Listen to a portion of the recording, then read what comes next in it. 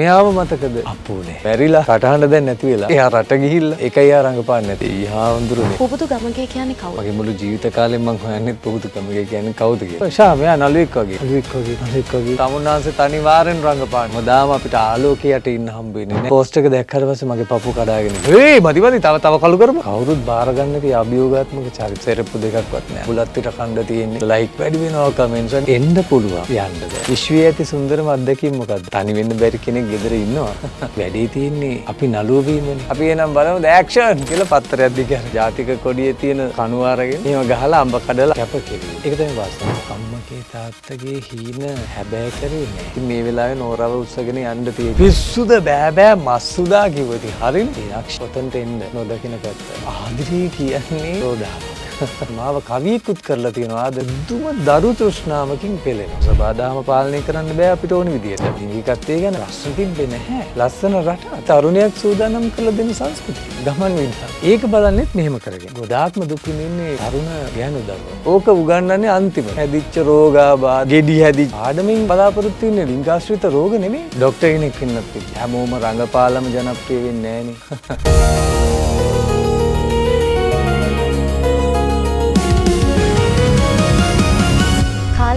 ඉතාමත් කතාබහට ලක්වුණු එක පාර්ටම අතුරුදහන් වුණු ආයමත් ශ්‍රේෂ්ඨයෙන් එක පාර්ටම මතුවුණු ආදරණීය තරුවක් අද අපිත් එක්ක ඉන්නවා. පුබුදු ගමගේ.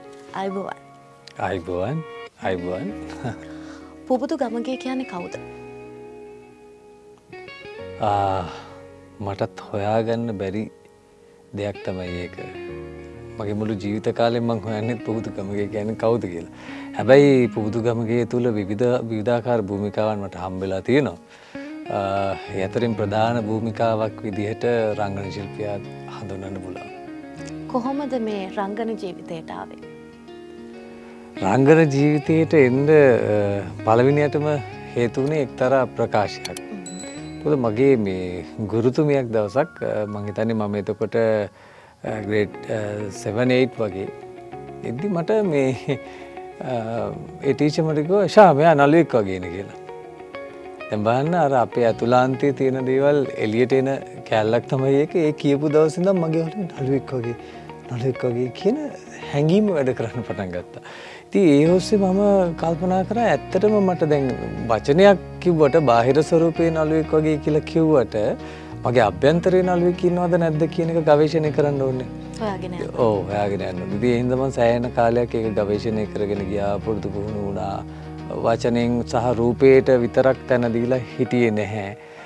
කොහොම හරි ඔහොම යනකොට මට එක්තරා තැනකදී මේ රංගන ශිල්පියාව අහු වෙනවා. මොකද පළවෙනිම අවස්ථාවේදී මට මතක් කරන්න ඕනේ මේකෙදී මේ රේණුක පීතිස්ස කියලා මගේ ගුරුතුමා අපේ පන්තිබාර සර් දවසක් ප්‍රතිභා ප්‍රභා කියලා අපි පොඩි කලා උළෙලක් සංවිධානය කරලා වාසලේ සර් කිව්වා මේ තමුන්නාන්සේ කියලා කියන්නේ තමුන්නාන්සේ අනිවාර්යෙන් රංගපාන්න ඕනේ කිව්වා. ඔන්න පළවෙනියටම රංගපාන්න අවස්ථාවක් එන තැන. ඊට පාසල් වේදිකාවට එනවා. පාසල් වේදිකාවේ රංගපානකොට ඔන්න මට තේරෙන්න ගන්නවා උනන්දුව තියෙනවනේ දැන්. හැංගීම ලොකුට තියෙනවා හීනයක් තියෙනවා. ඒ හීනෙත් එක්ක රංගපානකොට ඉතින් පාසල් වේදිකාවෙන් ඔහොම ඉස්සරහට ඇවිල්ලා ඊට පස්සේ විශ්වවිද්‍යාලයට ඇතුළු වෙනවා. විශ්වවිද්‍යාලයේදී නාට්‍ය අරංකලාවම තමයි මගේ ප්‍රධාන විෂය බවට පත් වෙන්නේ සහ සිනමාකරණේ. එතකොට ඒ දේවල් ටික හදාරගෙන යනවා. ඔහොම ඉන්නකොට විශ්වවිද්‍යාලයේ දෙවන වසර වගේ වෙනකොට නාලන් මෙන්ඩිස් මහත්මයාගේ සෙනෙහසට ආදරේ කියන නාට්‍යයට තෝරගන්නවා. එතනින් එහාට තමයි ආදරණීය ප්‍රේක්ෂකයා හමුවට විශාල ජනකායක් හමුවට එන්න ගන්න. ওই විදිහට තමයි මගේ රංගන ජීවිතය ආරම්භ වෙන්නේ. ඒ පටන් ගත්ත රංගන ජීවිතේ එක පාටම පුබුදු ගමගේ අතුරුදහන් වෙනවා. මොකක්ද උනේ? මේමයි. ඒක අතුරුදහන් වීමකට වඩා ඒක නිකන් අභ්‍යන්තර ගවේෂණයක් කරපු කාලයක් විදිහට තමයි මම දකින්නේ. ඉතින් හැමදාම අපිට ආලෝකයට ඉන්න හම්බ වෙන්නේ නැහැ. යම් අඳුරු කාල සීමාවල් එනවා. ඉතින් මං හිතන්නේ මම අලුත් චරිත නිරූපණ කීපයකට බීජ වපුරපු කාලයක් විදිහට ඔය මේ පහුගිය කාලේ මට දකින්න පුළුවන්. අතුරුදහන් වුණ කාලේ. මොකද මං එහෙම රස කරලා කිව්වට ඒක ඇතුලේ තිබ්බේ බොහොම දුක් සුසුම් මැද තිබ්බ කාල පරිච්ඡේදයක්. ඒකට හේතුව ඇත්තටම කියනවා නම් මම බොහොම නිවාඩුපාඩුවේ වැඩ ටිකක් කරගෙන යන්න අදහස් කරගෙන දෙයනේ කියලා වැඩ කටයුතු පටන් අරගෙන යනකොට ශාස්ත්‍රය තුල පොඩි කතා ටිකක් ගියා පුබුදුකමගේ දැන් රඟපාන්නේ නෑ කියලා. ඒකම ඔහු රට ගිහිල්ලා කියලා. කොවිඩ් කාලේ වගේ යම්කිසි අර්බුද කාල ටිකක් තිබ්බනේ. ඔය කාලය ඇතුළත දැන් මේ ශේෂ්ත්‍රයේ තියෙන විදිහක් කවුරු හරි ගියොත් මේ පුදු වැඩ කරන්නේ නැහැ රට ගිහිල්ලා නේද? ඌ වැඩ කරන්නේද? එහෙමද? එහෙනම් හවලාට ගන්න කියලා තමයි ඉතින් සාමාන්‍ය විදිහ. ඒක වැරද්දක් නෙමෙයි. මේ කාර්ය බහුල වීමත් එක්ක එන ප්‍රශ්නයක්. ඉතින් මං ගැන එහෙම කවුරුත් හෙව්වෙත් නැහැ. හැබැයි යම් පිරිසක් මාත් එක්ක හිටියා. මගේ ගෙදර සමාජිකයෝ මිත්‍රෝ යාළුවෝ සහ මගේ ආදරණීය රසික රසිකාවියන්. ඉතින් ඔහොම අවුරුදු ගාණක් ගෙවිලා ගියා.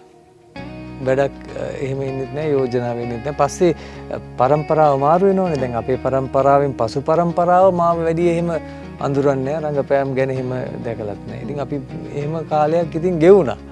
ඉතින් ඒ කාලෙදි මං හරියට බලාපොරොත්තු වුණා මේ සහ හරියට පොඩි දුකකුත් ආවා. දැන් මං රංගපාන්න ඕනි කාලේ නේද මේ ගෙවිලා යන්නේ තප්පරෙන් තප්පරේ කියලා. හැබැයි ඒකම මට ලොකු ශක්තියක් බවට පත් වුණා. මං හිතුවා මේ එක තප්පරයක්වත් මං අතාරින්නේ නැහැ කියලා. මං ස්වයං අධ්‍යයනයක නිරත වෙනවා. ඊට පස්සේ ගුරු වෘත්තියට එනවා. ගුරු වෘත්තිය තුලත් මම උගන්වන්නේ නාට්‍ය රංග කලාව සහ ඒ ආශ්‍රිත විෂයන්. එතකොට මම විශේෂයෙන් මෙතනදී මතක් කරන්න ඕනි මේ ජාත්‍යන්තර පාසල. එතන ජාත්‍යන්තර පාසලට සම්බන්ධ වීමත් එක්ක තමයි මගේ පුහුණු වීම කටයුතු සහ මගේ අධ්‍යයන කටයුතු මට දිගටම කරගෙන යන්න පුළුවන්කම ලැබෙන්නේ. මොකද මම මේ අර අඳුරු යුගය ගැන කතා කරන්නේ. ඉතින් ඒ යුගයේදී විශේෂයෙන් කුමාරි ප්‍රේරු මැතිණිය සහ මොහන්ලාල් ප්‍රේරු මැතිතුමා ඉතාමත් හිතවත් සහ මට අවවාද උපදේශ අනුශාසනා දෙමින් වැඩ කටයුතු කරන බොහොම මේ මගේ ජීවිතයට පායපු තවත් තරු දෙකක්. එතකොට එතුමන්ලගේ මඟ පෙන්වීම යටතේ මම ජාත්‍යන්තර පාසලේ ඉගෙනීම් කටයුතු කරගෙන යනවා. මම එතනදී මම අල්ලගන්නවා නාට්‍යකරුවෙක් ඉන්නවා, ලස්සන අධ්‍යක්ෂකවරයෙක් ඉන්නවා, ලස්සන රචකයෙක් මා තුළ ඉන්නවා. මේවා හුවෙන්නේ මට අර දරුවොත් එක්ක වැඩ කරන කාල පරිච්ඡේදය තුල. ඔහුට යට යන්න දෙන්නේ නැහැ කියලා. නෑ සහ මගේ හැකියාවන් ටිකක් මට ඉස්මතු වෙනවා මේ ජාත්‍යන්තර පාසල් ජාලයේ මේ ඩ්‍රාමා ක්ලබ් එක කරන්න පටන් ගත්ත දවසේ ඉඳන්. ඉතින් ඔහොම කාලයක් ගත කරගෙන යනකොට ඊට පස්සේ මම සිනමාකරණයත් මම විශ්වවිද්‍යාලයේදී හදාarලා තියෙනවා. මම පටන් ගන්නවා ලංකාවේ පළවෙනියට ළමයින් වෙනුවෙන් මේ නිර්මාණය කරපු ස්ටාර්බෝන් කියලා චිල්ඩ්‍රන්ස් ෆිල්ම් ඇන්ඩ් ටෙලිවිෂන් ඇකඩමි එක. එතකොට මෙන්න මේ වගේ දේවල් ටිකක් මම කරන්න පටන් ගන්නවා. එතකොට ඒකත් එක්ක මට තේරෙන්න ගන්නවා රයිට් මගේ රංගන ශිල්පය මට දැන් පුහුණු වෙන්න දකින්න විශේෂයෙන් අලුත් පරම්පරාවත් එක්ක ගනුදෙනු කරන්න පුබුදුගමගේ කවුද කියලා පෙන්නන්න නේද? ඒක හරි මේ වටිනා කාලයක් විදිහට මම සලකන්නේ ඒකයි. කොච්චර අඳුරු යුගයක් වුණත් ඒකෙදි මං අඳුරට සාප කර ඉන්නේ නැතුව ඉටිපන්දම් ගොඩක් දැල්ලුවා. ඒක ඉටිපන්දමක් නෙමෙයි. ඉතින් අද වෙනකොට ඊට පස්සේ ඔහොම කාලයක් ගත වෙලා එක්තරා දවසක මේ අවුරුද්දෙම හරියට අලුත් සිංහල අලුත් අවුරුදු දවසේ මම දකිනවා පෝස්ට් එකක් මෙයාව මතකද කියලා මගේ ෆොටෝස් ටිකක් දාලා මතක කියලා Facebook page එකක අහම්බෙන් දකින්නේ හරියට මෙදාම තමයි මම දකින්නේ මම දකිනකොට මම දකිනවා 1.3 මිලියන් විතර ඒකට views ගිහිල්ලා විශාල ප්‍රේක්ෂක 20000ක විතර කමෙන්ට්ස් වගේ විශාල ප්‍රමාණයක් මේ ඊටත් වැඩිද මන්ද මට මතක නැහැ ආදරණීය රසික රසිකාවයන් පිරිසක් මට ඒ හරහා ආමන්ත්‍රණය කළා තිබ්බා. අනේ කෝ ඔයා මේ වගේ මිනිස්සු අද නැහැනේ. ඇයි මේ වගේ මිනිස්සුන්ට මේ වගේ අපරාධ කරන්නේ? මෙයා හොයාගන්න. සමහරු ඇස්සේ දාලා තියෙනවා. එයා මැරිලා. එයා රට ගිහිල්ලා. ඔහොම කතන්දර ටිකක් ගියා. ඉතින් කොහොම හරි ඒ පෝස්ට් එක දැක්කට පස්සේ මගේ පපු කඩාගෙන ගියා. මෙයා මතකද කියලා අහලා තිබ්බේ. එතකොට මගේ හීන නැවත නිකන් දෙතරන්න පටන් ගත්තා. හේතුව මතකද කියන්න නම් මාව අමතක වෙලා තියෙන්න ඕනේ. එහෙම තමයි වුණේ. ඊට පස්සේ මම මේ පෝස්ට් එක බලලා හැබැයි මට ඒකේ සතුටු වෙන්න පුළුවන් කාරණාව තමයි 1.3 මිලියන් විතර ඒකේ views ගිහලා තිබ්බ එක සහ ඒ page එක එතකොට ඒගොල්ලෝ මට පෝස්ට් එක share කරලා තිබ්බා සර්ගේ ප්‍රේක්ෂකයෝ තාම සර්ට ආදරේ කියලා මට දාලා තිබ්බා. ඒකත් එක මට එකපාරටම දැනෙන්න ගත්තා නෑ තාම මාව හොයන මාව අමතක වෙලා නෑ තාම හොයන අයත් ඉන්නවා අමතක වෙච්ච අයත් ඉන්න පුළුවන්. ඉතින් ඔහොම ඉන්නකොට ඊට පස්සේ මේ මනෝජය අපි හම්බ වෙනවා මේ මනෝජ් පිරිස හම්බෙලා බෝරෙන් ප්‍රෝග්‍රෑම් එකට කියලා කියනවා. ඊට පස්සේ මේ යම්කිසි රූපවාහිනී නාලිකාවකට සම්බන්ධ ප්‍රෝග්‍රෑම් එකකට මම යනවා. ගිහිල්ලා එතනදී ඔන්න දැනගන්නවා එයා ලංකාවේ ඉන්නවා. ඔහු රට ඇරලා ගිහිල්ලා නැහැ කියලා. ඒ වගේම එතනදී මට මේ දැනගන්න හම්බ වෙනවා ඇතැම් කට කතා ගිහිල්ලා තියෙනවා. එයාගේ කටහඬ දැන් නැති වෙලා ඒකයි යා රංගපාන්නේ නැති කියලා. ඉතින් මම එතකොට හැමදේම උපේක්ෂා සහගතව බාරගෙන ඉන්න කාලේ. ඔහොම ඉන්නකොට ඒ හරහා ඔන්න ඉතින් කතා බහක් ඇති වෙනවා. මම මේක එක දිගටම කියාගෙන යන්න. මම අවස්ථාව ලබා දෙනවා. ඔව් බොහොම ස්තුතියි. ඊට පස්සේ මට කෝල් එකක් එනවා සිව අයියාගෙන්. ජයප්‍රකාශ සිවගුරුනාද. මේ මොකද කරන්නේ කියලා සිව අයියා මාත් එක්ක කොහොමද කතා කරා. මගේ නාට්‍යයක් තියෙන බේරවද? මං කෝ අයියා මං එනවා. මම මේ හැබැයි අපුරු චරිතයක් තියෙන බොහොම හොඳට කරන්න ඕනේ ඈ. මං කෝ හරියයි කරමු කියලා. ඊට පස්සේ මම කරුණු කාරණා හොයාගෙන යනකොට මේක පසුබිම් කතාව මම දැනගන්නවා. විශේෂයෙන් බොහොම ආදරෙන් මතක් කරන්න ඕනි චේතනී විජේතුංග මහත්මිය. එතුමිය තමයි අපේ පිරිමි ළමයි නාට්‍ය නිෂ්පාදකතුමිය. චේතනයක් කියලා තිබ්බා මේ පුබුදුව ගන්න කියලා වැඩ කීපයකට සද්දයියට මේ යෝජනා කරලා තිබ්බා. ඉතින් සද්දයියටත් ඇහිලා තිබ්බ කතාව තමයි පුබුදු දැන් ලංකාවේ නෑ රංගපාන්නේ නෑ වගේ කතා. සද්දයි කියලා තිබ්බ නෑනේ දැන් නැහැලුනේ රංගපාන්නේ නැහැලුනේ කියලා. කොහොම හරි ඔහොම නිර්මාණ කීපයකදී ඒ මතේ ඉන්නවා. එක තැනකදී චේතනයක් කියලා තිබ්බ නෑ කියන්න තු අඩු ගානේ මේ මනුස්සට කෝල් එකක් දාලා බලන්න ඉන්නවද කියලා. අන්න එතකොට තමයි සද්දය හරහා සිවයියට අර පණිවිඩය යන්නේ. සිවයියා ඒ කෝල් එක තමයි මට ගන්නෙ. ඒ හරහා තමයි ස්වර්ණවාහිනී ළමයිට සම්බන්ධ වෙන සද්දය මට ගත්ත ගමන් මට මම හිතුවේ උඹ ලංකාවේ නෑ කියලානේ. මං කෝ අයියේ මම ඉන්නවා. මම මෙච්චර කාලයක් මම බලාගෙන හිටියා බොහොම ආසාවෙන් රඟපාන්න කියලා. ඒ කියපු ගමන් ඔහුගේ හිත බොහොම සංවේදී භාවයට පත් වෙනවා. සද්දයක උඹ මාත් එක්ක දිගටම වැඩ කරන්න ඕනේ. ඉතින් මට ඒක මේ ඇත්තටම හරි සතුටක්. හේතුව තමයි මේ අමතක වෙනකොට හැමෝටම අමතක වෙනවා.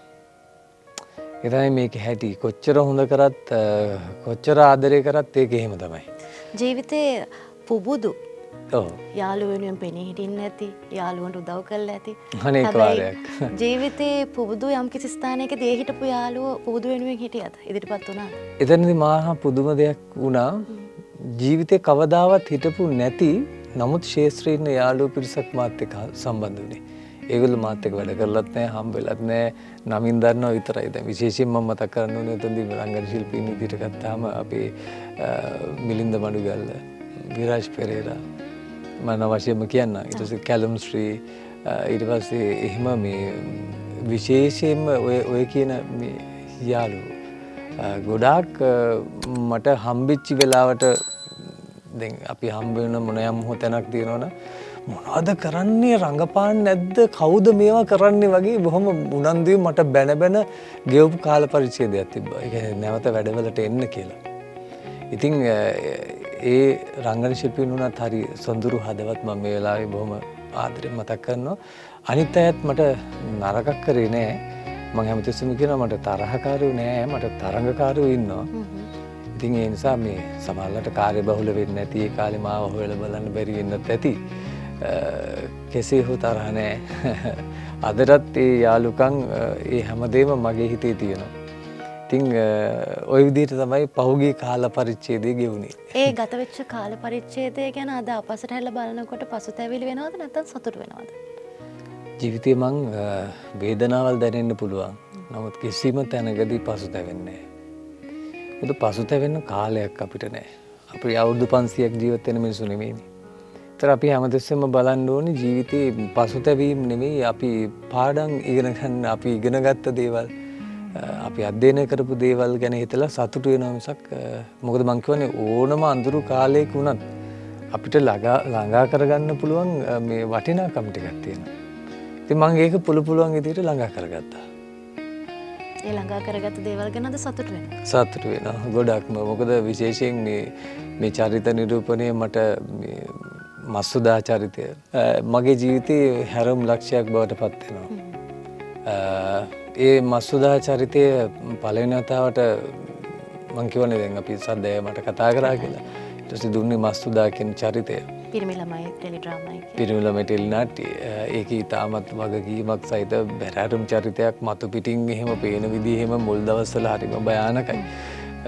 මේකප් එක දැම්මට පස්සේ මමත් කල්පනා කරා දෙයි හාමුදුරනේ මෙහෙම ප්‍රේක්ෂකයා දැක්කොත් නම් මට ආදරය කරන එකක් නෑ කියලා. මොකද මේකප් එක එහෙම ටිකක් රළු මේකප් එකක්.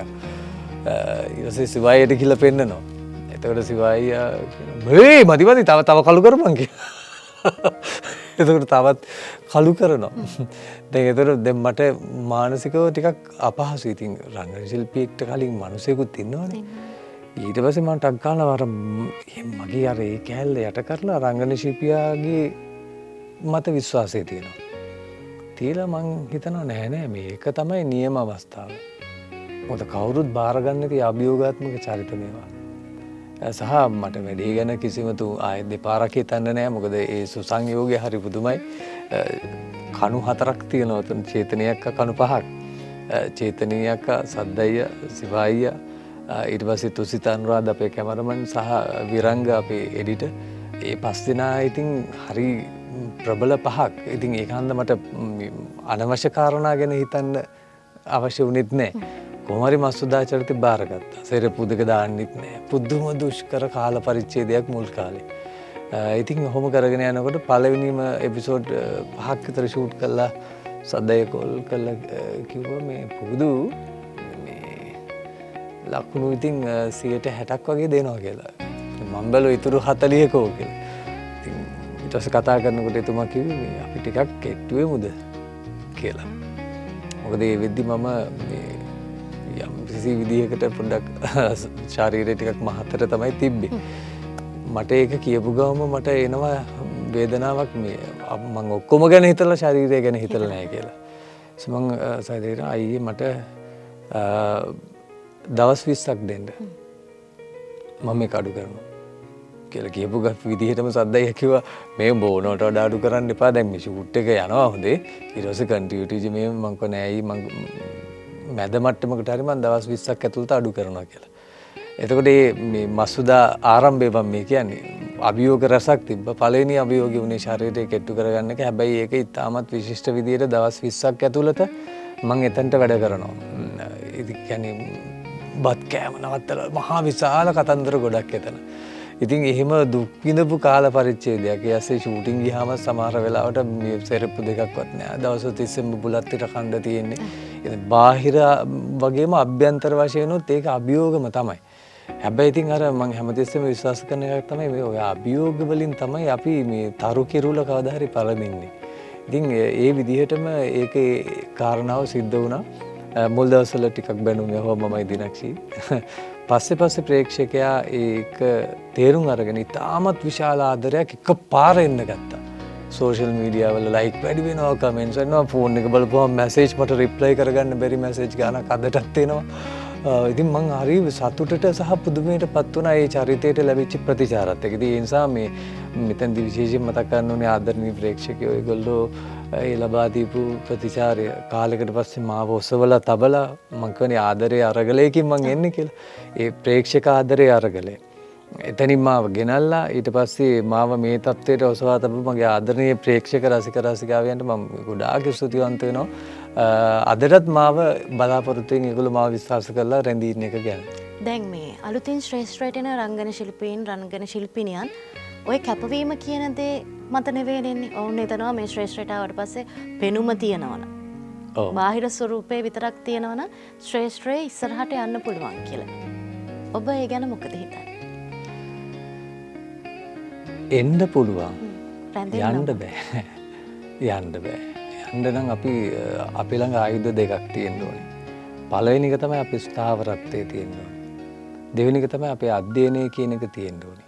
ඔය ස්ථාවරත්වයයි අධ්‍යයනයයි කියන කාරණා දෙක තමයි ආයුධ දෙක.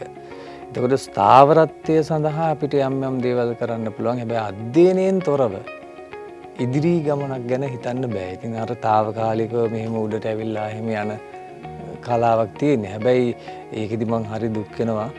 අපි එහෙම කිව්වට අපි ඒ නවකයන් වෙනුවෙන් අපි මොනවද කරලා තියෙන්නේ? අපි මොන පාඩම්ද ඒගොල්ලන්ට කියලා දීලා තියෙන්නේ? කොතනදද අපි ඒගොල්ලන්ව දැනුවත් කරලා තියෙන්නේ? එහෙම කැලලකුත් තියෙනවා. ඒ නිසා මේ ඕන්ව නිවැරදිව මඟ පෙන්වීමක් මේ මොහොතේ අවශ්‍යයි කියන එක තමයි මගේ අදහස. ඒ කියන්නේ ඔබ අලුත් පරම්පරාව ගැන කලකිරීමකින්ද කතා කරන්නේ? අපෝ නෑ. මම ඉතාමත්ම ආදරේ අලුත් පරම්පරාවට. ඒකට හේතුව තමයි මේ ඒගොල්ලෝ ගැන කලකිරෙනවා නම් මං හිතන්නේ අපිට ඒකට සදාචාරාත්මක අයිතියක් නෑ. මං ඒකයි කිව්වේ. අපි මොන දේ දීලාද ඒගොල්ලෝ ගැන කලකිරෙන්නේ? ඔන්න අපි ඒගොල්ලන්ට අවවාද උපදෙස් දීලා අනුශාසනා කරලා අත්දැකීම් දීලා රංගනය පුහුණු කරලා නම් අපිට කරේ නැත්තම් කලකිරෙන්න පුළුවන්. නමුත් ඒ මොකුත් නැතුව අනාගත පරම්පරාවක් මේ මොහොතේ කොයි තරම් දුක් මහන්සි වෙනවද මේ ශාස්ත්‍රයේ පවතින්න. ඉතින් ඒ හින්දා මට ආඩම්බරයක් තියෙන්නේ. මම සුබපතනවා සහ ඕනම කෙනෙකුට මම ගුරුවරයෙකුත් වෙනවා එක පැත්තකින්. නිසා මේ ඕනම කෙනෙක් දෙයක් ඇහුවොත් මම නිර්ලෝභීව මගේ උත්තරේ මම ඕන්ට දෙනවා. මට උදව් කරන්න පුළුවන් හැම තැනදීම මම උදව් කරනවා. පුබුදු කම්මගේ গুপ্ত චරිතයක් කියලා කිව්වොත් සමහර තැන්වල গুপ্তයි. ඉගෙන গুপ্ত කියන වචනේද කියලාත් මට තේරෙන්නේ නැහැ. කොහොමද සමහර කාලා තියෙනවා මම මේ ඒ කියන්නේ මම එළියටවත් බහින්න නැතුව මම හිම වැඩ කටයුතු කරන කාලා තියෙනවා. සමහර වෙලාවට ඔය වැඩිපුර මිතුරන් හම්බෙන්න යන්නේ නැති කාලා තියෙනවා. ඊට පස්සේ එකපාරට මේ ඔක්කොම වෙනස් වෙලා මිතුරොත් එක්කම ගත කරන කාලා තියෙනවා. එළියේ පහළට බහලා යන කාලා තියෙනවා. අන්න ඒ වගේ යම් යම් වෙනස්කම් මගේ තියෙනවා. ඉතින් මේ හැම දෙයකටම හේතුව තමයි අර ඇතුළාන්තයේ ඉන්නවනේ මාත් එක්ක හැමදෙස්සම කතා කරමින් ඉන්න රංගන ශිල්පී. ඔහුට අවශ්‍ය විදිහට තමයි මගේ මුළු ජීවිතේම සකස් වෙලා තියෙන්නේ. එහෙනම් ඒක වැරදි අදහසකින් නෙමෙයි මම গুপ্তයි කියලා කිව්වේ. මම ඒ গুপ্তභාවයට චුට්ටක් විශ්වයේ ඇති සුන්දරම අත්දැකීම මොකද්ද? එහි ඇති গুপ্ত ස්වභාවය. එහෙනම් මගෙත් තියෙන සුන්දරම ලක්ෂණයක් වෙන්න පුළුවන් ඒ තියෙන গুপ্তභාවය. තනිකමට ආසයිද? ඔව්. තනි වෙන්න බෑ. තනි වෙන්න බැරි කෙනෙක් ගෙදර ඉන්නවා. ඒ නිසා ඒත් එයත් දන්නවා සමහර වෙලාවට මං වැඩ කටයුතු කරනකොට එහෙම කරදර කරන්නේ එහෙම නෑ. සද්ද නැතුව දන්නවා මොකක් හරි වැඩක ඉන්නේ එක්ක මොකක් හරි ගැන හිත ඉන්නේ. එහෙම තැන්වලදී මට තනිකම අවශ්‍යයි. විවාහ ජීවිතය ගත්තට පස්සේ විවාහ ජීවිතයේදී එකිනෙකාට තේරුම් ගැනීම කියන දේ ප්‍රධාන සාධකයක්. ඔව්. ඒ දේ නැතුව විවාහ ජීවිතේ ඉස්සරහට යන්න බෑ. අනිවාර්යෙන්. මේ වකවානුවේ ගත්තට පස්සේ මේ විවාහ ජීවිතය කියන දේ. එතකොට දික්කසාදේ කියන විවාහ ජීවිතයත් එක්ක තමයි දික්කසාදේ කියන දේ හරි සරල දෙයක් වෙලා. දැන් කොහේ බැලුවත් දික්කසාදේ කියන දේ ඕන තැනක තියෙනවා. ඒකට ජීවත් වෙන්න බැයි නම්, එකට ජීවිතේ ගමනක් යන්න බැරි නම් දික්කසාද වුණාට කමක් නැද්ද? නැත්නම් ඒ හැමදේම දරාගෙන ඒ කසාද ජීවිතය තුළ ඉන්න ඕනද? ඒක පුද්ගලයාට සාපේක්ෂව අපිට හිතන්න පුළුවන් දෙයක්. මම හිතන්නේ සමහර තැන් තියෙනවා මේ ප්‍රශ්න දරාගෙන යන්න ඕනි තැන්. සමහර තැන් තියෙනවා දරාගෙන යන්න බැරි තැන්. ඒ තැන්වලදී අපිට ඉතින් මොකුත් කියන්න බෑ. ඉන්න බැරි නම් වෙන්වීම කියන එක ඉතින් සංස්කෘතික මට්ටමේ තියනවාද නේද? මම හිතන්නේ වැඩිපුරම දැන් දික්කසාද වලට අවස්ථාව තියෙනවා. ඉතින් ඒ නිසා මේ සමාජය ඇතුලේ මොන රැල්ල නිර්මාණය වෙලා තිබ්බත් මම කියන්නේ අපේ පෞල් ජීවිතයේ සුන්දර නම් ඒකේ තියෙන දේවල් රැකගෙන යන එක තමයි වැදගත්කම. දැන් මගේ ජීවිතය ගත්තොත් එහෙම පිටින්දකින් ලැබෙන සහයෝගය ඉතාමත් විශිෂ්ටයි. මොකද ඔය අඳුරු යුගයේ මාව ජීවත් කරපු තවත් ගැහණියක් තමයි මගේ බිරිඳ. එයා මට මේ ළඟදි කිව්වේ මගේ ප්‍රතිචාර දැකලා ප්‍රේක්ෂකයෝ සෑහෙන්න ලයික් කරනවා ෆලෝ කරනවා එහෙම දේවල් දැකලා ඉවරලා ඊට පස්සේ කෝල් එනවා විශිෂ්ට ප්‍රවීණයන්ගෙන් කෝල් එනවා. ඒවා අහගෙන ඉඳලා දවසක් එයාට එකපාරටම ඇඬෙනවා. ඇඬිලා එයා කියනවා අයියෝ දන්නවද මගේ පහුගිය කාලේ පුරාවට මම ප්‍රාර්ථනා කරේ ඔයා මෙතනට එනවා දකින්න. ඔයාගේ යාළුවන්ගේ නාට්‍යයක්වත් මම ඔයාට පේන්න බැලුවේ නෑ. මොකද ඔයත් එක්ක එකට ඇඩ් කරපු යාළුවා අදටත් ඇඩ් කරනවා. ඔයා ඇඩ් කරන්නේ නැහැ කියලා ඔයාට දුක හිතේ කියලා. ඉතින් එයා ඒ වගේ මහා පුදුම කැපකිරීමක් කරලා ජීවිතේ හැමදේම මට කිසිම වෙලාවක අඩුපාඩුවක් කරන්නේ නැතුව ඒ පසුබිමෙන් දෙන්න ඕනි සහයෝගය දුන්නා. එයාත් මගේ විශ්වවිද්‍යාලයේම මට වඩා අවුරුදු කිහිපයක් බාලා අපි දෙන්න හම්බෙන්නේ විශ්වවිද්‍යාලය තුම. ඉතින් මම හිතනවා එයාට ඒ අවබෝධය චුට්ටක් තියෙන්න ඇති ජීවිතේ ප්ලෑන් කරගෙන යන්න කියලා. ඉතින් ඒ වගේ මහා හයියක් වෙච්ච කාලා තිබ්බා. තේරුම් නොගත්ත කාලත් තිබ්බා. එක කාලේ ඒක කාලවලට පොඩි හැසිරේ ඒක සමහර තැන්වලදී කොච්චර වුණත් ගැහණියක් නේ. දැන් අපි ප්‍රේම ජවනිකාවක් කරත් ඔය කියන තරම්ම උපේක්ෂා සහගතව ජීවිතය දකින්න බෑනේ. ඉතින් ඒ වගේ තැන්වල පොඩ්ඩක් මූණ නරක කරගෙන හිටපු තැන් තිබ්බා. ඒ අරෙන්ද ගොඩක් තැන්වලදී මට මගේ ජීවිතයේ ගොඩක් සහයෝගයක් ලබා දීපු කෙනෙක් තමයි බිරිඳ. ආදරණීය බිරිඳ කියලා. ඔව්. මේ දැන් ඔය ඒ කාරණයක් එක්කම සමාජයේ මතයක් තියෙනවා මේ නළුවන්ව. ඔව්. කසාද ජීවිතයට සුදුසු නැහැ. එක කසාදක යාලා ඉන්නේ නැහැ. එක ආදරවන්තයෙක් එක්ක ඉන්නේ නැහැ. ඇයි එහෙම කියන්නේ? ඒකේ වැඩේ තියෙන්නේ අපි නළුව වීමනේ. සමාජයට බැහැලා ගත්තාම නළුවෝ වෙච්ච අය වගේම නළුවෝ නොවෙච්ච අයගෙත් ඒ ලක්ෂණ ප්‍රකට වෙනවා. හැබැයි ඔය අතර ඉන්නවනේ හොඳ මිනිස්සු. එහෙම නැති අය. ඒතකොට රංගන ශිල්පීනුත් ඔය කොටස් දෙකට බෙදෙනවා. ඇතැම් අය විනෝදකාමී ජීවිතයක් ගත කරන්න තරම් සාධාරණ හේතු ඒගොල්ලෝ ගාව තියෙනවා. තව අය ඉන්නවා එහෙම නෙමෙයි. පෞල් ජීවිතයත් රැකගෙන ධර්මවලත් හදාගෙන ඒ වැඩ කටයුතුත් කරගෙන ලස්සනට රංගන ජීවිතය ගත කරන. ඉතින් හින්දා ඒක අර නළුවන්ට විතරක් විශේෂ කාරණාවක් නෙවෙයි කියලා තමයි මගේ අදහස. දැන් සමහර වෙලාවට මේ හිටපු ගමන් ජනප්‍රිය වෙගෙන එනකොට තමන් එක්ක ජීවිතේ කාලයක් තිස්සේ ආපු තමන්ට සහාය දීපු කෙනාව අමතක කරන්න ගොඩක් කට්ටිය හරි දක්ෂයි. ඔව් එහෙම වෙන්න පුළුවන් මිනිස්සුන්ගේ අතින් වෙන ලොකුම වැරද්ද තමයි ඒක. මුලාමතක වීම. මං කියන්නේ ඒක නම් හොඳම නෑ. දැන් සමහර වෙලාවට මටත් ඒ අත්දැකීම් මම hina ගියත් ඒකයි. සමහර අවස්ථාවල් තියෙනවා මේ මං දරුවන්ට උගන්වලා තියෙනවානේ. මගේ ජීවිතයේ තියෙන එකක් තමයි මේ මම ඉගෙනුවට ඒගොල්ලෝ කලා ශාස්ත්‍රයේ රංගන ශිල්පීන් වුණාම මම කවදාවත් කියන්නේ මේ මගෙන් ඉගෙනගත්ත එක්කෙනෙක් ඔය ඔහොම ඉන්නව මගෙන් ඉගෙනගත්ත ඒවා මං කියන්නේ නැහැ. ඒකට හේතුව ඔහුටත් අභිමානයක් තියෙනවානේ. හරි. හැබැයි එයා කිව්වොත් එහෙම මේ මගේ සර් මගේ ගුරුවරයා එයාගෙන් තමයි මං ඉගෙන ගත්තේ කියලා රයිට් රෙස්පෙක්ට්. මං ඒක පිළිගන්නවා. නැත්නම් මම කියන්නේ නැහැ.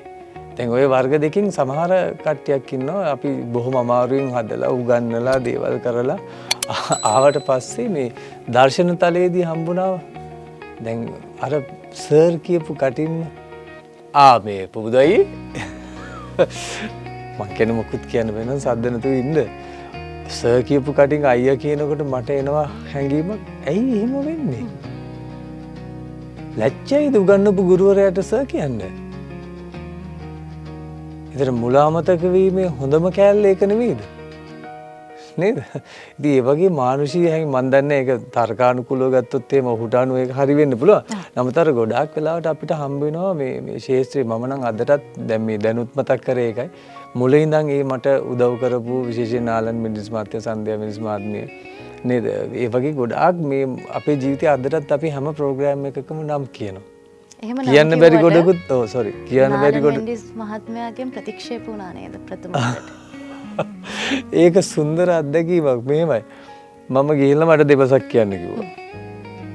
ළමයා මෙන්න මේක කියන්න කිව්වා. ඉතින් මං ගිටාර් එකත් ප්ලේ කරලා ඉවර වෙලා මට තියෙනවා මොකක් හරි ලයින් එකක් කියන්න. ඒක දැන් මතක නැහැ. ඒ වෙලාවේ එකපාරටම කට් කියලා කිව්වා. ඉතින් මේ බලන්න කිව්වා. ඉතින් මං ගියා. මගේ මේ පළවෙනි ටෙල් ඩ්‍රාමා එක සෙනෙහසට ආදරේ නාට්‍යය. මේ ළමයා මේ වේදිකා නාට්‍ය ගතියක් එනවනේ. ඕම් බෑ කියලා කිව්වා.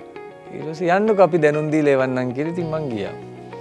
ඊට පස්සේ ඉන්නවා දැන් නාට්‍යයට තෝරගෙන පණිවිඩේ එයි කියලා. නෑ කෝල් එකක් නෑ. ඊට පස්සේ ඔන්න කාලෙකට පස්සේ එනවා සන්ධ්‍යා මෙන්ඩිස් මහත්මියකින් කෝල් එකක් එනවා. පුතා එන්න ඔෆිස් එකට කියලා මං ගියා. මම පුතේ බෑ මේ ටෙල් නාට්‍ය කරනකොට දැන් ওই වේදිකාවේ වගේ කෑ ගහලා ඉතින් අපි දන්නේ ඒවනේ. මෙහෙම බෑ මේක වික් කරන විදියක් තියෙනවා එහෙම කියලා. ඉතින් මේක පැහැදිලි කළා. දැන් ඔන්න ඒ දෙන්න අතර ප්‍රශ්නයක්. නාලන් මින්ඩිස් මහත්මයා සහ සන්ධ්‍යා මින්ඩිස් මහත්මිය. සන්ධ්‍යා මින්ඩිස් මහත්මිය කියනවා නෑ මේ කොල්ලා ගම්මු গিitar ගහන්නත් පුළුවන් මේ හොඳ ලුක් එකක් තියෙනවා අපරාධි. නාලන් සර් කියනවා බෑනේ ඉතින් සන්ධ්‍යා මෙයා මේ කතා කරන්නේ නෑනේ. මෙයා හයියෙන් කෑ ගහපුවම කොහොමද මේ කියලා දැන් ඔන්න ලොකු අරුබුදයක්. ඔහොම ඉන්නකොට මේ සන්ධ්‍යා මින්ඩිස් මහත්මිය මං උගන්වන්නම් කියලා මට මුල් දවස්වල පොඩි අධ්‍යයනයක් කරන්න දීලා ඊට පස්සේ මගේ ෂූටින් පටන් ගන්නේ 15 නම් පළවෙනි දේ ඉඳන් 15 වෙනිදා වෙනකම් මම යන්න ඕන දර්ශන තලයට. ගිහිල්ලා ඉතින් අර බලන්නේ ප්‍රවීණත් ඒගොල්ලන්ගේ ගිහිල්ලා දමයන්ත එක්කලා රංගපාන හැටි අර ඒ කොහොම බලාගෙන ඉඳලා ඊට පස්සේ තමයි මගේ පළවෙනි වතාවට මට රංගපෑමට අවස්ථාව ලැබෙන්නේ 15 වෙනිදා. දවස් 15ක් මම මේ සෙට් එකට යනවා දර්ශන තලයට. ඒ ගිහිල්ලත් මට මතකයි අපි එනම් බලමු ඇක්ෂන් කියලා පත්තරයක් දිග අරගත්තා. දැන් මම බැලුවා දැන් අදවත් මගේ රංගනයක් බලයිනේ කියලා. නමුත් එහෙම කරෙත් නෑ එතුමා. ඊට පස්සේ දර්ශන 3ක් විතර කරනකොට මම දැක්ක පත්තරේ වැහෙනවා. නැමිලා පැත්තක තියෙනවා. මම ගල්ලා බලන් ඉන්නවා. ඉවර වෙලා කට් කියලා තුන්වෙනි සීන් එකත් ඉවර වුණාට පස්සේ මට ඇවිල්ලා කියනවා මේ මම පොඩි අනාවකයක් කියන්න දෙනවා. මේ නාට්‍යයෙන් කවදා හරි කලා ශාස්ත්‍රයට යනවා නම් යන්නේ ඔයා තමයි කියලා. ඒ අනාවකේ හරි කියලා. හරියටම හරි කියලා. මම දන්නේ අනාගතේ කොහොමද කියලා. මේ මොහොත දක්වාම ඒ අනාවකිය ඇත්ත වෙලා තියෙනවා. පුබුදු ගමගේ කියන චරිතය මේ ශ්‍රේෂ්ඨයට එන්නේ වේදිකා නාට්‍ය හරහා. පාසල් කාලේ රස කතාවක් තියෙනවා කියලා මට ආරංචි වෙලා තියෙනවා. මම කැමතියි ඒක ඔබගෙන්ම දැනගන්න. ඔව් මං හිතන්නේ අපි යෝග මේ මගේ පළවෙනිම නාට්‍ය අත්දැකීම ඒක හරිම මේ සුන්දර අත්දැකීමක්. ඒකේ විශිෂ්ටම දේ තමයි ඔය කලන ගුණසේකර දෙවෙනි වතාවට එයා මුලින්ම මේ මගේ ගුරුතුමාට අධ්‍යාපනය ලැබලා තිබ්බා. නමුත් ඔහු කලා ශාස්ත්‍රයට එන තැනට පාර කපන්නෙත් මගේ මේ ඔය සෝබාදාමේ දරුවෝ කියලා අපි පොඩි නාට්‍යයක් කරා. පාසල් කාලේ. පාසල් කාලේ. ඉතින් හරිම මේ සුන්දර මේ අත්දැකීමක් එක. ඔය නාට්‍ය සමස්ත ලංකා තරගයකට තේරුණා. අපි නාට්‍ය දැම්මා. වර්ණසූරිය මැඩම් කියලා ඉන්නවා. ඉතින් ඒ සහ විදුහල්පතිතුමා ඇතුළු කණ්ඩායම දැන් එකතු වෙලා මෙහෙමයි අපිට හරි ආඩම්බරයක් කියලා මේ නාට්‍ය දාන්නකෝ සමස්ත ලංකා ඒ වගේම දාලා තේරුණා. දැන් කළුතර සෙන්ට්‍රල් එකේ තමයි දැන් මේ උත්සවය තියෙන්නේ. අපිව පිළි අරගෙන අපි දැන් ජයග්‍රහණය කරලා ෆයිනල් රවුන්ඩ් එකට අපි සිලෙක්ෂන් නාට්‍ය ටිකට පොඩි මේ එහෙම පිළිගැනීමක් ලෑස්ති කරලා තිබ්බා. දැන් ඒ කාලේ කොච්චර මේ අපි ආර්ථික වශයෙන් ශක්තිමත් නැති කාලයක්. මොකද අපි මට මතකයි අපි රිහර්සල් කරේ කලනලා අපි මේ අඹ ගහේ අඹ කඩනවා. ජාතික කොඩියේ තියෙන ඒ කණුව අරගෙන මෙහෙම ගහලා අඹ කඩලා ආය අර ගහේ ගලා අඹ කාලා රිහර්සල් කරපු කාලා තිබ්බා අපේ පාසල් ජීවිතේ. හරිම සුන්දරයි මතක් වෙනකොට. ආපස්සට බලද්දි සුන්දර මතක. ඔව්. ඉතින් දැන් මේක තේරුණා කොහොමද යන්න බස් එකක් ඕනි ප්‍රශ්න ගොඩයි. නාට්‍ය මම තමයි අධ්‍යක්ෂකවරයා සහ රචකයා. මේ 46ක්ද කොහෙද ඉන්නවා දැන් මේ නාට්‍ය විතරක් ළමයි ඉතින් නොදැනුවත්කම. කියන්නේ එච්චර ළමයි සංඛ්‍යාවක් මේ කෙටි නාට්‍යයකට දාගන්න විදිහකුත් නැහැනේ.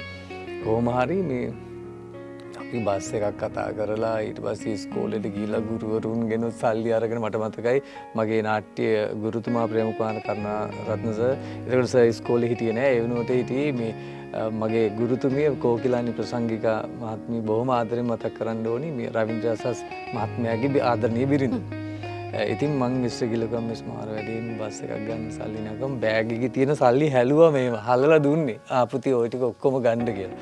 දැන් ඔක්කොම අරගෙන බස් එකේ 40ක් දාලා සෙට් දාලා ඔක්කොම දාලා කලන අපි සෙට් එක දැන් අපි යන්නේ ෆුට්බෝල් එකේ. ගිහිල්ලා කළුතරට යනකොට මේ කෙලින්ම අත්‍යටින් මෙහෙම රිංග කට්ටිය ඒ විදිහටම පොඩි අය අඬනවා හිර වෙලා යන්න බෑ බස් එකේ.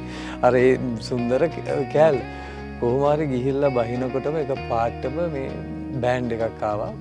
ඇවිල්ලා එක පාට ඩින් ඩින් ඩින් ටක් ගාලා මේව කළා රතු පළසක් දාලා දැන් අපිව පිළිගන්න. ඊට පස්සේ අන්තිමට බස් එකෙන් කට්ටිය බාගන්න විදිහක් නැතුව පොඩි අය ජනෙල් වලින් ගියම තමයි මට මතකයි බෑවේ බාලා ඔක්කොම ටික අරගෙන ගිහිල්ලා ඉස්සරහට ගිහිල්ලා කන්න බොන්න දීලා ඒගොල්ලෝ බොහොම මේ සුන්දර විදිහට අපිට සැලකුවා. ඔය තමයි මේ මම නිර්මාණය කරපු පළවෙනිම සමස්ත ලංකා මේ ජයග්‍රහණය කරපු නාට්‍ය. ඉතින් ඒකෙදි අපිට ඒකෙත් තුන්වෙනි ස්ථානයේ දුකද මට මතකයි හම්බුනේ. කොහොම හරි ඒකත් හරිම අමතක නොවන අත්දැකීමක්. හැබැයි ඔය පළවෙනි වතාවට මේ කලන මම මේ සම්බන්ධ වෙන්නේ මගේ නාට්‍යයෙන්. ඒ කාලේ ඉතින් කලන ටිකක් මේ අයියා පොඩි චණ්ඩි අයියා තාමත් ඒ ගතිගුණේ විදිහට තියෙනවා. තාමත් තියෙනවද? කොහොම හරි මං ගිහිල්ලා ඉතින් මම මල්ලිනේ මං ගිහිල්ලා කිව්වා අයියේ මගේ නාට්‍යයක් තියෙනවා මේ වතුර බිබී හිටියේ. නාට්‍ය? මල්ලි මට පිටපත දෙන්නකෝ මං එන්නම් පස්සේ කිව්වා. ඉතින් මම පිටපතක් දීලා සතියක් ඉන්නවා කලන නෑ. ඊට පස්සේ ආයෙ දවසක් ගිහලා මං හම්බෙලා කතා කරනකොට මල්ලි මෙහෙම රියැක්ෂන් එක. මල්ලි ඌනේ මට අමතු යන් දැන් යන් කියලා මං එනවා ඔයාගේ චරිත කරනවා. මෙච්චර කල් මං වෙනුවෙන් චරිතය තියාගෙන හිටියා. මං එනවා අපි යන් කියලා කලන ආවේ. ඒ ආපු ගමන තමයි නාට්‍ය එතකොට කලන කොමර්ස් කරේ.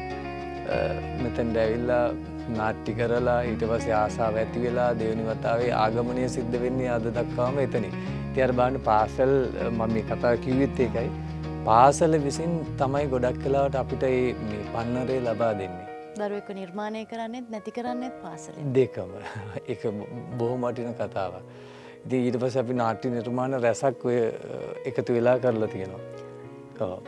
අපි මේ පිරිමි ළමයි ටෙලිනාට්‍යය ගත්තට පස්සේ කතා කරන්න ඕන තවත් චරිතයක් තමයි උද්දික ප්‍රේමරත්න කියන්නේ. ඔව් දැන් ඔතන මේ උද්දික ගැන කතා කරන එකේදී පොඩි දෙයක් තියෙනවා. මේ දැන් මේ මොහොතේ මේ සමහර වෙලාවට පොඩි අර්බුදයක් නිර්මාණය වෙන තැනටත් නිකන් සමහරු කමෙන්ට් කරලා තියෙනවා. මම දැක්කා මේ ඔයාට මස්සුදාට සුරේන් හාමු ගැන මතක් කරනකොට මූණේ තියෙන ඉරිසියාව බලන්න වගේ දේවල් චරිත නිරූපණය කරනකොට එහෙම යම් හැඟීම් නිරූපණය කරන්න පුළුවන්. නමුත් අපි පෞද්ගලිකව මේ මම හිතන්නේ ඒක කතා කර යුතු මට්ටමක් තියෙනෙත් මේ බොහොම සරල පිළිතුරකින් ඉවර කරන්න පුළුවන්. හේතුව මම උද්දිකගේ චරිතය නෙමෙයි මම නිර්මාණය කරන්නේ. එතකොට මම කරන්නේ මස්සුදා, උද්දික කරේ සුරේන් චරිතය. සහ අදටත් ඉතින් අපි හොඳ මිතුරෝ. ඉතින් අපි අතර එහෙම ප්‍රශ්න ළඟදී මට හම්බෙලා නැහැ. ඉඳලා හිටලා හම්බෙච්ච අවස්ථා තියෙනවා. මේ මෑත කාලෙක නෙමෙයි. ඉතින් අර නමුත් අර බලනකොට කෙනෙකුට හිතන්න පුළුවන් රයිට් දැන් මෙයා මෙහෙම කරනවා මේ මෙහෙමයි දැන් ඒ දෙන්න අතර ප්‍රශ්න ඇති ගැන එහෙම එකක් නැහැ. රංගන ජීවිතය වෙනයි, සැබෑ ජීවිතය වෙනයි. සැබෑ ජීවිතය වෙනයි නේද? ඉතින් මේ උද්දික සම්බන්ධව තියෙන මිතුරුකමක් කියන එක තමයි මගේ අදහස. ජීවිතේ වාසනාව කියන දේ විශ්වාස කරනවද? වාසනාව කියන එක විශ්වාස කරනවා. හැබැයි වාසනාව කියන එකෙන් මම අදහස් කරන්නේ අපි කරපු කැපකිරීම. ඒක තමයි වාසනාව. ඒක මදි නම් දැන් කෙනෙකුට කියන්න පුළුවන් විවිධ කතා. නමුත් මම කියන්නේ අපි කොහේ හෝ තැනක ඒ කැපකිරීම කරලා තියෙන්න ඕනේ. එතකොට තමයි අපිට ඒක වාසනාවක් විදිහට යම් තැනකදී ලැබෙන්නේ. ඒක අනාගත ආයෝජනයක් විදිහට තමයි මම දකින්නේ කැපකිරීම. ඒකේ ප්‍රතිඵලය තමයි වාසනාව. පුහුතු ගමගේ කියන චරිතය හිතන විදිහට අම්මගේ තාත්තගේ හීන හැබෑ කරාද? අම්මගේ තාත්තගේ හීන හැබෑ කරේ නෑ. ඒකට හේතුව මේ අම්මට තාත්තටයි තිබ්බේ නැහැ මෙච්චර ලොකු හීන. මං ඊට වඩා දෙයක් හැබෑ කරා. අදටත් ඇත්තටම මේ අම්මා වුණත් හරීම සතුටින් ඉන්නේ. එයාලා හිතුවේ එක්ක ගුරුවරයෙක් වෙයි. ඉතින් මගේ මුල් කාලේ තිබ්බේ ආමියකට යනවා කියලා. මං එහෙම අදහසක හිටියේ. ඒගොල්ලෝ හිතුවේ ඉතින් සාමාන්‍ය රැකියාවක් කරගෙන එහෙම ඉඳී වගේ අදහසක්. ඇත්ත කතන්දරේ තමයි පස්සේ රංගන ශිල්පියෙක් වෙලා ඉතින් අම්මගේ තාත්තගේ විතරක් නෙමෙයි අද වෙනකොට මුළු මේ ගමේ රටේ ඉතින් හැමෝම දන්න හැමෝගෙම හීනයක් විදියට ඒක සැබෑ වෙලා තියෙනවා. ඉතින් අර මං අම්මගේ තාත්තගේ හීන හැබෑ කරේ නෑ කිව්වේ ඒගොල්ලන්ට අසාධාරණයක් කරා කියන අර්ථයෙන් නෙමෙයි. ඊට වඩා ලොකු හීනයක් මං ඒගොල්ලෝ වෙනින් අද සැබෑ කරලා තියෙනවා. ඉතින් ඒ වෙනුවෙන් මම මෙතෙන්ට ගෙන්න උදව් කරපු සියලු දෙනාට ස්තුතිවන්ත වෙනවා. අපි පිරිමි ළමයි ටෙලිනාට්‍ය ගැන කතා කරන්නේ. ඒ නාට්‍ය ඇතුළේ තිබ්බ අමතක නොවන සිදුවීම් ගැන කතා කරොත් එහෙම. අමතක නොවන සිදුවීම් තමයි හැම මොහොතක්ම අමතක නොවන සිදුවීමක්. හරිම රසවත් දර්ශන තලයට ගිය තැන ඉඳන්ම මේ වෙනස අපිට දැනෙනවා. එතකොට ඔය පිරිමි ළමයි නාට්‍යයේ මට එක අවස්ථාවක් තියෙනවා මේ ඔය දිනක්ෂි වතුරේ ගිලෙනවා. නෝරා ගිලෙන තැන. ප්‍රේක්ෂකයන්ට එහෙම කියනකොට මතකයි. ඉතින් මේ වෙලාවේ නෝරාව උස්සගෙන යන්න තියෙන්නේ. ඉතින් ඇත්තටම වතුරයි ඔක්කොමත් එක්ක අර කඳු වල සෙරෙප්පුත් දාන්න මෙහෙම උස්සගෙන යන එක හරි අමාරුයි. ඉතින් ඔය මේ උස්සගෙන කොහොම හරි අමාරුවෙන් යනකොට මං ගවත් උස්සයට තියලා මේ උස්සගෙන යන්න නැතුව කරේ තියන් යන්න බැරිද කියලා. පිස්සුද බෑ මස්සුදා කිව්වා. ඉතින් හරිනේ. මස්සුදා කියන්නේ හොඳ ශක්ති සම්පන්න චරිතයක්.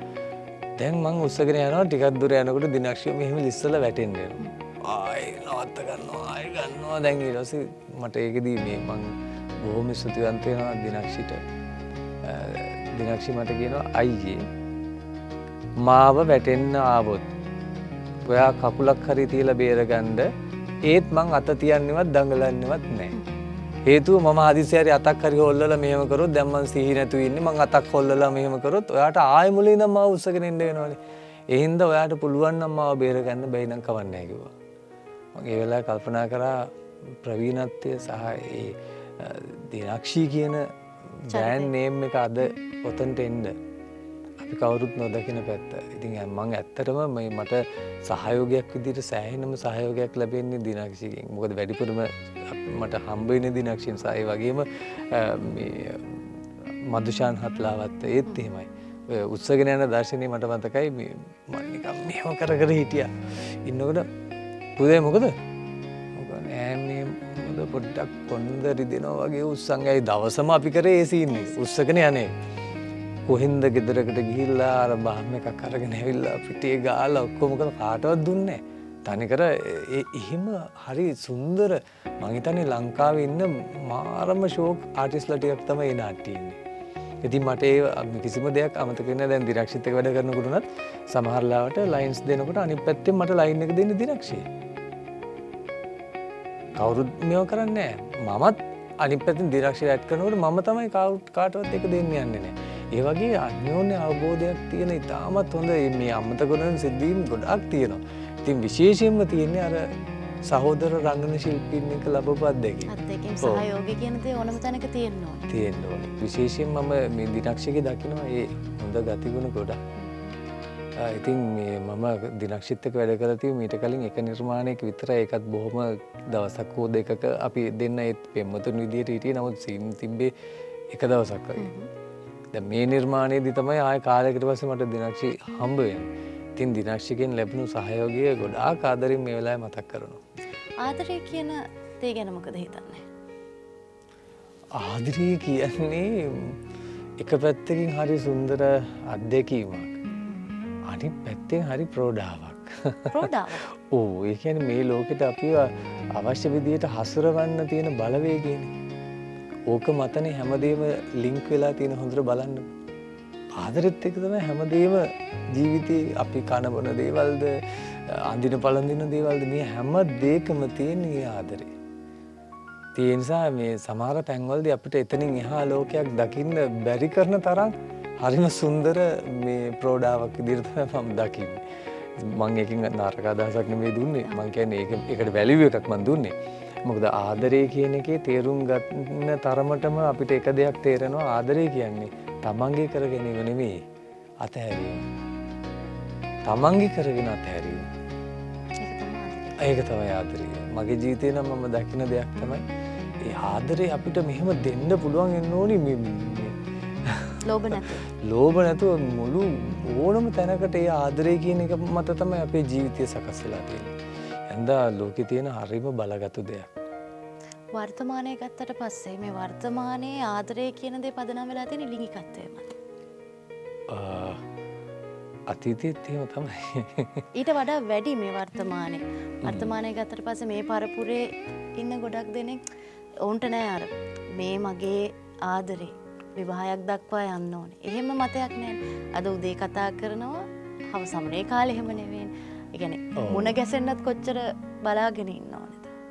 ඒක තමයි ගායත්‍රී මම දකින්නේ ඒ යුගය අන්න එතනදී මම වාසනාව විශ්වාස කරනවා. අපි හිටියේ ඒ යුගයේ. ඒක වෙන්නේ නැති අදටත් දර්ශනයකදී අපිට සැබෑ විදියට ආදරය කරන්න පුළුවන් වෙන්නේ නේද?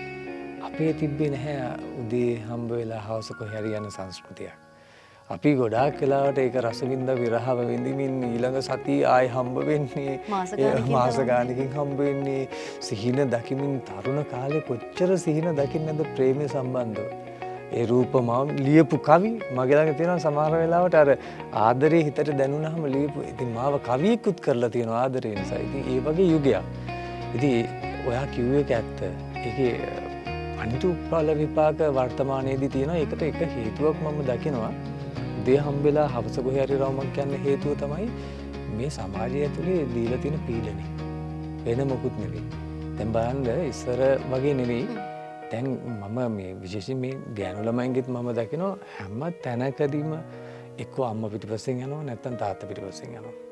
මගේ එක පන්තියක මම උගන්වපු පන්තියක ගෑනු ළමයෙක් ඉන්නවා. එයා ෆෝන් එක ළඟ තියාගෙන මෙහෙම ඉන්නේ. මං ඇහුවා ඇයි ඔය කියලා. ෆෝන් එක ඔන් කරගෙන ඉන්නවා කෝල් එකක. තාත්තා ඉන්නවලු ලයින් එකේ. උගන්වනකොලුත් තාත්තා ලයින් එකේ. දැන් බලන්නකෝ එහෙම මේ ශිෂ්ටාචාරයේ පවතින නම් මේ ගෑනු ළමයි පිරිමි ළමයි හම්බෙන්න ඕනේ කතා කරන්න ඕනේ. එහෙම තැනකට යන්න ඕනේ. මේක එහෙම නෙමෙයි. මම අද කාලේ දකිනවා පුදුම දරු තෘෂ්ණාවකින් පෙළෙනවා. එතකොට මේ ඒගොල්ලන්ට නිදහස දෙන එක සෑහෙන අඩුයි. ඉතින් ඒකේ ප්‍රතිඵලයක් විදිහට තමයි ওই නරක තැන් වලින් පුපුරන්නේ. මොකද සබාදාම පාලනය කරන්න බෑ අපිට ඕන විදිහට. මතක තියාගන්න ඒක පුළුවන් තරම් ඒගොල්ලෝ පුළුවන් තරම් මේ අපේ කරගෙන හංගගෙන හිටියට එළියට පයින්නවා ඊට වඩා දරුණු තැනකින්. ඉතින් ඒක වෙන්න ඇති නේද? හැබැයි ඒකත් පුදුමයි. හේතුව එතකොට ඒ දෙමව්පියෝ නියෝජනය කරන්නේ අර සුන්දර යුගය.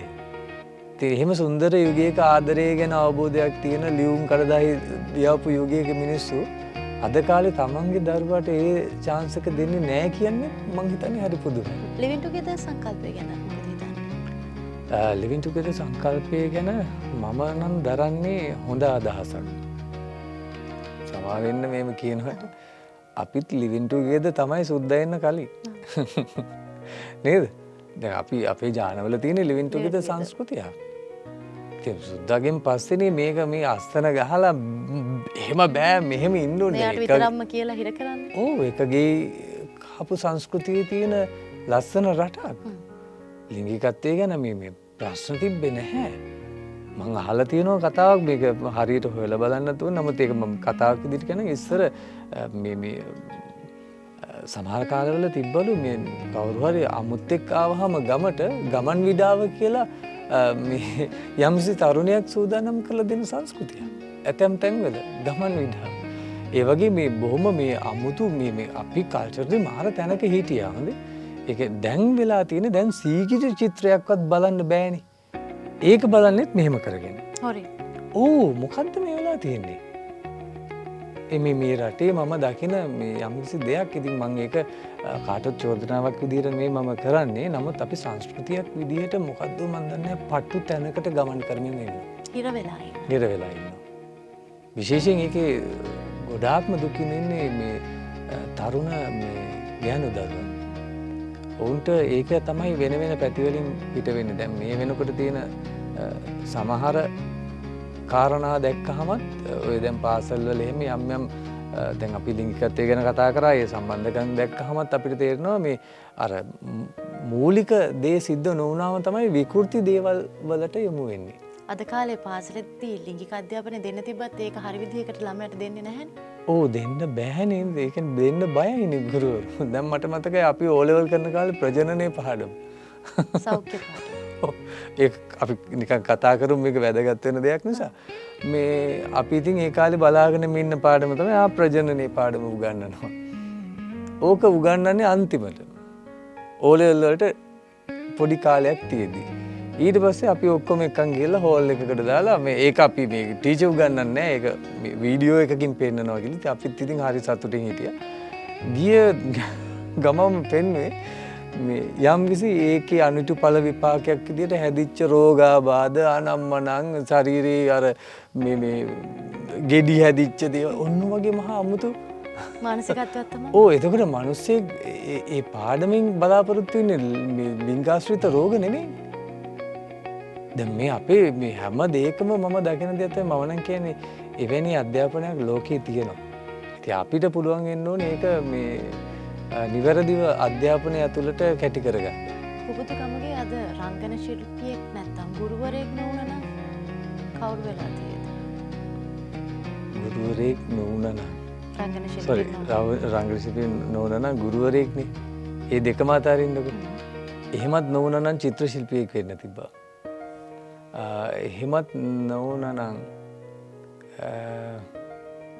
ඩොක්ටර් කෙනෙක් වෙන්නත් තිබ්බා. මොකද O level වලින් මම යම්කිසි විශිෂ්ට ප්‍රතිඵල ටිකක් ලබනවා A level වලින්. එතකොට A level වලට මම කලා විෂය තෝරා ගැනීම අපේ ගෙදර ලොකු උදාහසට ලක්වීමක් වුණා. එච්චර ප්‍රතිඵල තියාගෙන ඇයි මේක තෝරගත්තේ කියලා. ඉතින් ඒ වගේ පැති ටිකකට යන්න තිබ්බා. මන් දන්නේ නැහැ කොහේ යයිද කියලා. මහා වැවුලංග උසගස් හැදෙන්නේ. මොකද්ද මේ කතාව? ඕකම සිවායියට කියපු කතාවක් සහ සද්දයියට ඒ කණ්ඩායමට. මේ මම ඒක පෝස්ට් එකක දැම්මේ. ඔය එක දැකලා තියෙනවා මම හිතන්නේ. ඔය මම දැක්ක දෙයක් තමයි මේ කලා ශාස්ත්‍රයේ මහා වැව් තියෙනවා. ඒ වැව් ආශ්‍රිතව මහා උසගස් හැදිලා තියෙනවා. ඉතින් ඒගොල්ලෝ වැව් වගේ හැමෝටම ජලය දීලා රැක බලා ගන්න මහා වැව්. ඉතින් අපි උසගස් වෙන්නේ ඒගොල්ලෝ මහා වැව් වෙච්ච නිසා තමයි. ඉතින් අන්නේ ප්‍රකාශය තමයි මම ওই පෝස්ට් එකක ලියලා තියෙන්නේ. පුබුදු ගමගේ ආයෙත් හිටපු ගම අතුරුදහන් වේද නැත්නම් ශ්‍රේෂ්ඨ අපිට තවත් ඉස්සරහට දකින්න පුළුවන් වේද? මෙහෙමයි සාමාන්‍ය ලංකාවේ විදිහක් තියෙනවා.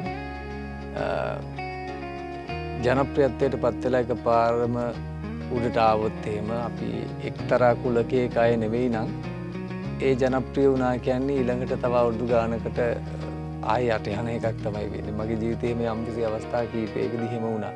හොඳ ජනප්‍රිය මට්ටමින් චරිතයක් නිරූපණය කරොත් අවුරුද්දක් දෙකක් විතර වැඩ නැතුව ඉන්න කාල තියෙනවා.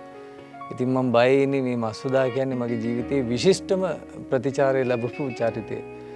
මම නිහඬ වෙන්න සූදානම් නැහැ. හැබැයි මං අහනවා ඔබ සූදානම් නම් මාව නිහඬ කරන්න. සමහර විට එහෙම බලය තියෙන අයට පුළුවන් මාව නිහඬ කරන්න. නැවත වැඩවලට ආරාධනා නොකර එහෙම ඉන්නත් පුළුවන්. ඉතින් මේ තීරණේ තියෙන මගේ ළඟ නෙමෙයි. ඉතින් කලා ශාස්ත්‍රය තුළම තමයි මම දන්නේ ඒක කොහෙන් තීරණය වෙන දෙයක්ද කියලා.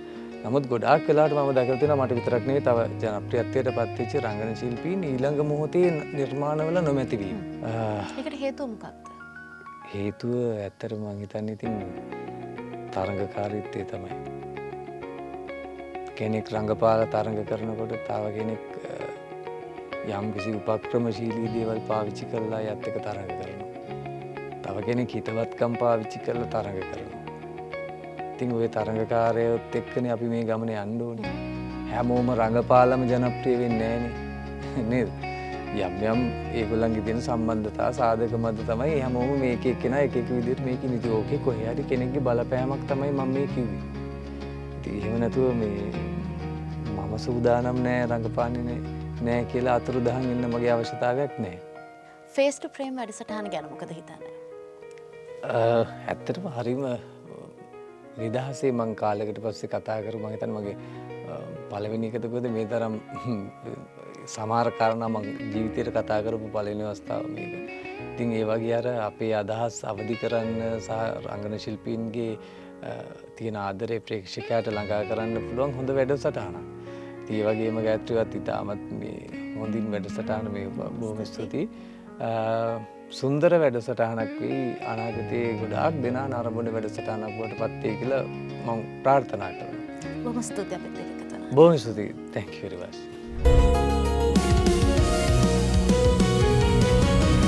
Face to frame. දන්න මූණක අලුත් රාමුව